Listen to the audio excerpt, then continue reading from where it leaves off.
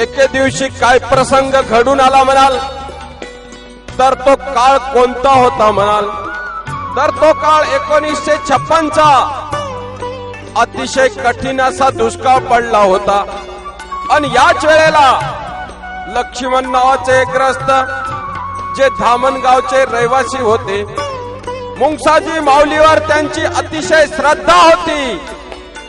सात्विक अंतकरणाचे लक्ष्मण, मुंगसाजी देवावर अतिशय श्रद्धा असलेले भोळ्या मनाचे लक्ष्मण हे माऊली जवळ नेहमी येरझारा करीत असे आणि अतिशय भक्तिभावाने लक्ष्मण माऊली जवळ यायचे। आणि असेच एके वेळी दुपारच्या वेळेला लक्ष्मण हे देवाजवळ येताच देवानी लक्ष्मणाला म्हटलं, गड्या पिण्यासाठी मला एक तांब्यावर पाणी आणून दे, माझा जीव पाण्याविना कासावीस होऊ लागलेला आहे, तरी याच वेळेला मला लवकर पाणी आणून दे। आणि माऊलीचे हे शब्द ऐकताच त्या भोळ्या मनाच्या लक्ष्मणाने अतिशय काकुळतीने म्हटलं, देवा देवा मी आता जातो आणि लवकर तांब्या भरून पाणी घेऊन येतो, तुम्ही कासावीस होऊ नये, देवा मी आत्ता पाणी आणतो। आणि असे म्हणून लक्ष्मण अतिशय लगबगीने घरी आला आणि पाण्याने भरलेला तांब्या घेऊन लक्ष्मण गडीकडे निघाला।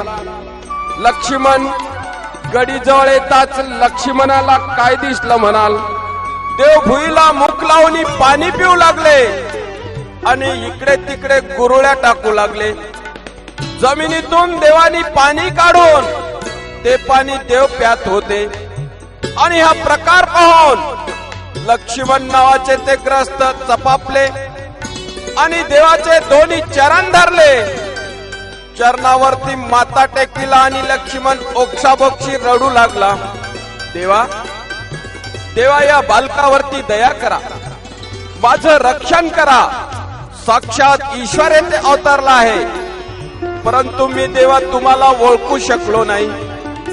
या संसाराचा गाडा हाकताना देवा तुमची गती आम्हाला। आणि लक्ष्मण ओक्साबोक्षी रडायला लागलेला आहे।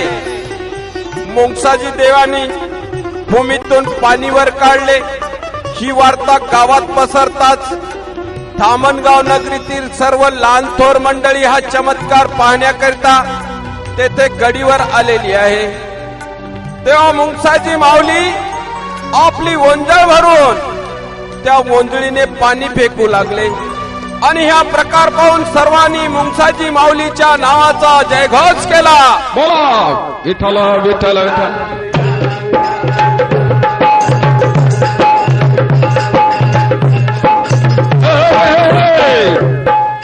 एकदा मुंगसाजी माऊली पेवा बाहेर येताच मुंगसाजी माऊली धामण गावात फिरू लागले। कधी गाणे गात, तर कधी स्मित हास्य करीत, तर कधी टाळ्या वाजवीत, तर कधी उड्या मारीत, अशा अनेक लीला मुंगसाजी माऊली करू लागले। अशा अनेक लीला भगवंत करीत असताना गोविंदराव कंजरकर हे नेहमी माऊलींना भाकरी नेऊन द्यायचे। त्यांचा हा नेम नित्य नेमाने राहत असे, परंतु आपण देवांना भाकरी नेऊन द्यायचो, म्हणूनच मुंगसाजी माऊली माझ्यामुळे दुष्काळात जिवंत राहिले, नाहीतर मुंगसाजी देव जगलेच नसते, असा अभिमान गोविंदराव कंजरकरांच्या मनात भरला। आणि गोविंदराव कंजरकर ही गोष्ट बरोबरी सांगू लागले। मुंगसाजी देवानी गोविंदराव कंजरकरांचे अंतर्मन ओळखले। अन देव गल्लीत बसले। अन देव गल्लीत बसले असताना गोविंदराव कंजरकर ते भाकरी घेऊन आले। तर गोविंदराव कंजरकरांना काय पाहायला मिळालं म्हणाल, तर मुंगसाजी देव ओंजळीत माती भरून उपणू लागले। त्यावेळेला ती माती उपणताच त्या मातीचे फुटाणे होऊ लागले। केवढी मोठी आगाठ लीला देवाची, आणि काय चमत्कार होऊ लागला म्हणाल, त्या मातीचे फुटाणे होऊ लागले। पाहता पाहता फुटाण्याची रास तेथे झाली त्यावेळेला गोविंदरावांनी हा चमत्कार पाहताच गोविंदरावांना कळून आले की माझ्या मनीचा गर्व हरण करण्याकरिता माऊलींनी ही लीला दाविली.